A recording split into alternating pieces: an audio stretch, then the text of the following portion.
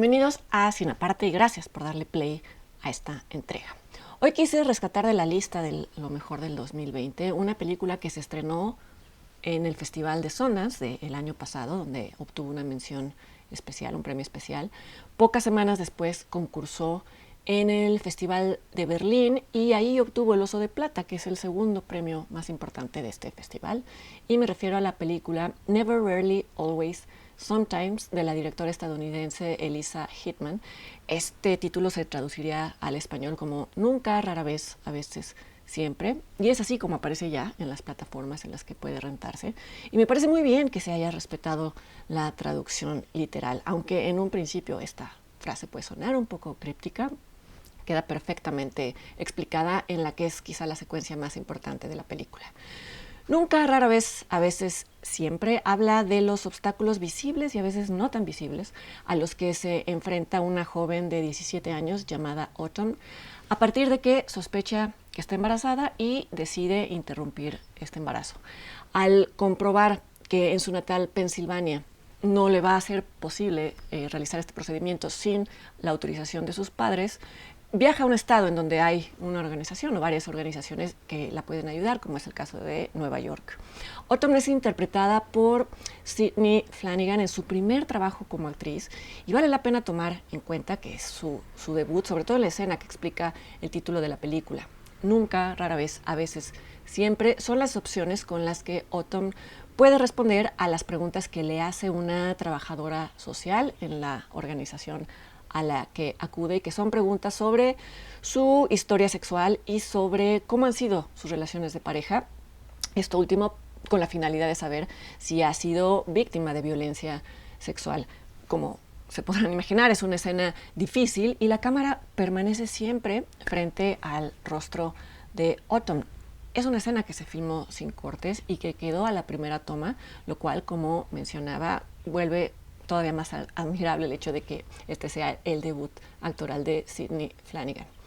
Antes de seguir hablando de la trama y de los obstáculos que enfrenta el personaje, quisiera hablar del elefante en la habitación para entonces poder sacarlo y que ya no estorbe.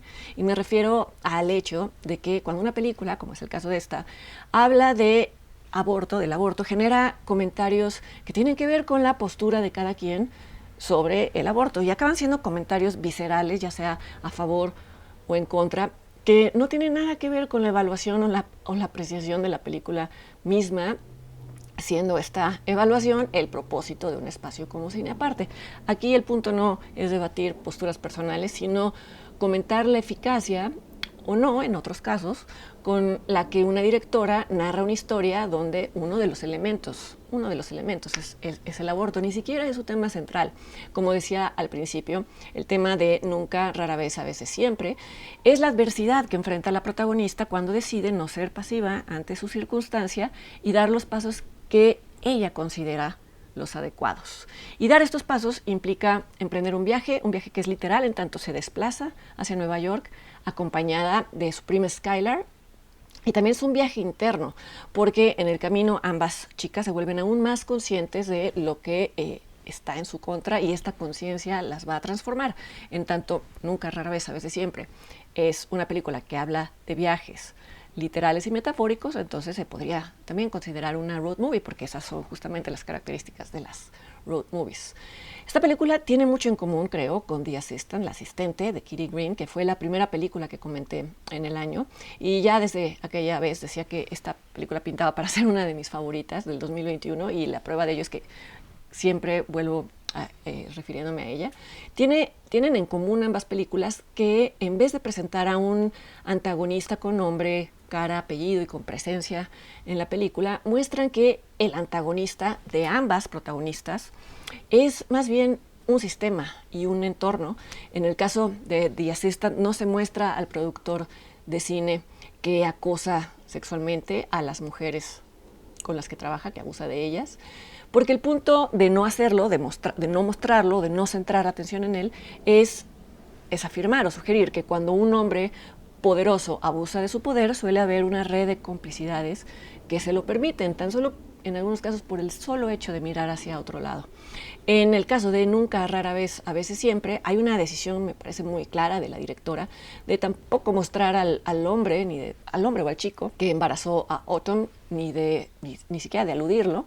Y creo que es porque, como en el caso del asistente, el punto es mostrar todo aquello que alrededor de la joven que la hacen sentir que no puede actuar en el mundo en el que habita. A lo largo de la película hay un constante bombardeo de mensajes que apuntan hacia esto. No ocupan un primer plano estos mensajes, porque en el mundo real tampoco ocupan un primer plano, y esto es lo que los vuelve tan difíciles de identificar y de combatir. No voy a mencionar todos los ejemplos y todos los mensajes presentes en la película, pero sí algunos de ellos. El más claro son las burlas de los compañeros de escuela de Autumn, unos gestos, palabras, burlas que refuerzan el discurso de que una mujer debe de avergonzarse de su vida sexual. Otro ejemplo que da lugar a una escena muy incómoda es aquella escena en la que el padrastro de Autumn acaricia a la perrita de la familia, y mientras lo hace le dice a la perrita que le gusta ser acariciada porque es una perrita fácil, una slut la llama. Obviamente eso no sugiere que el hombre tenga tendencias zoofílicas ni nada por el estilo, sino que sirve para reforzar lo que ya sabemos, que hay un tipo de lenguaje misógino que tiene por objetivo denigrar el placer femenino. Hay que notar que en esta escena, cuando este padrastro llama así a la perrita, lo hace mirando de reojo a Autumn, lo cual podría sugerir que ella ha sido abusada por su padrastro, ya que en la escena posterior, donde habla de su vida sexual, deja ver que ha sido víctima de violencia sexual, que ha sido forzada una o algunas veces. Vamos, casi sobra recordar que los ataques verbales a la sexualidad femenina son una de las formas más recurrentes, más frecuentes y más desafortunadas de descalificar a las mujeres que deciden interrumpir su embarazo. Y por eso es tan acertado que estén incluidas dentro de esta película. Pero hay varias otras formas en las que muestra la historia cómo en gestos cotidianos algunos hombres despliegan actitudes de posesión hacia otras mujeres, incluso si no las conocen. Hay una escena en el primer acto de la película en la que el supervisor de el supermercado en el que trabajan las dos chicas le dice a la prima de Autumn que no se va a ir temprano del trabajo porque si lo hace, cito, lo va a hacer sentirse solo, fin de la cita. Y es una línea de diálogo que parecería no tener importancia, pero es un ejemplo muy claro del chantaje emocional que algunos jefes ejercen sobre las mujeres que trabajan para ellos, y que es totalmente inapropiado, totalmente fuera de lugar. Es una línea de diálogo que incluso podría pertenecer al guión de The Assistant.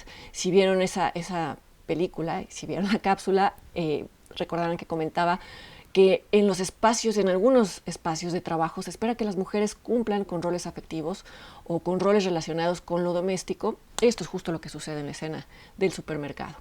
Para no saturarlos más, menciono otro ejemplo que me parece muy poderoso. Es la escena en la que las chicas van viajando en autobús hacia Nueva York, y junto a Skylar va un chico que desea entablar conversación con ella, y para hacerlo la toca, le pone la mano sobre el brazo. Y la cámara de Elisa Hitman hace un acercamiento de esta acción y lo hace para resaltar un gesto que es increíblemente frecuente y también es increíblemente invasivo. Habrá quien crea que no era un momento que valía la pena de resaltarse visualmente, que no era tan importante. Creo que la directora invita a quien piense esto a considerar que tocar a una desconocida, aún de forma amistosa, implica asumir que se tiene derecho a hacerlo. El problema no es tanto el contacto, sino la presunción de que se tiene derecho. Es un sobreentendido que deriva en otros sobreentendidos todavía más graves, con consecuencias mucho más graves. Como estos ejemplos hay decenas en la película y el efecto es acumulativo. Creo que no exagero si digo que la trama que se ocupa del procedimiento del aborto es secundaria a esta otra trama que se desarrolla en escenas y en momentos aislados. Es decir, los pequeños gestos y las acciones de personajes secundarios que tienen por objeto de evaluar a una mujer joven, que podría ser Autumn o cualquier otra mujer, como sucede en el caso de The Assistant. A la vez, el objetivo de evaluar a estas chicas es desanimarlas en su intento de tomar las riendas de su propia vida y de esta manera desanimarlas en lo que podría ser una subversión de un sistema que se ha mantenido por siglos, cosa que no convendría a muchos. Siempre Me despido invitándolos a la siguiente entrega de Cine Aparte, los invito una vez más, pero además ahora me emociona contarles que a partir de esta entrega Cine Aparte también podrá escucharse en formato podcast en las principales plataformas. Ustedes que conocen este espacio sabrán que hemos construido una comunidad muy propositiva, algo que es muy poco frecuente en el mundo de las redes sociales, en donde impera el insulto y el caos. Y ya que vimos que lo contrario era posible, quisimos ampliar la comunidad y ofrecer Cine Aparte en otros formatos. En la descripción del video les dejo los enlaces a las plataformas en las que Cine Aparte estará disponible en cualquiera de sus formatos. Espero que me acompañen la siguiente semana. Hasta entonces.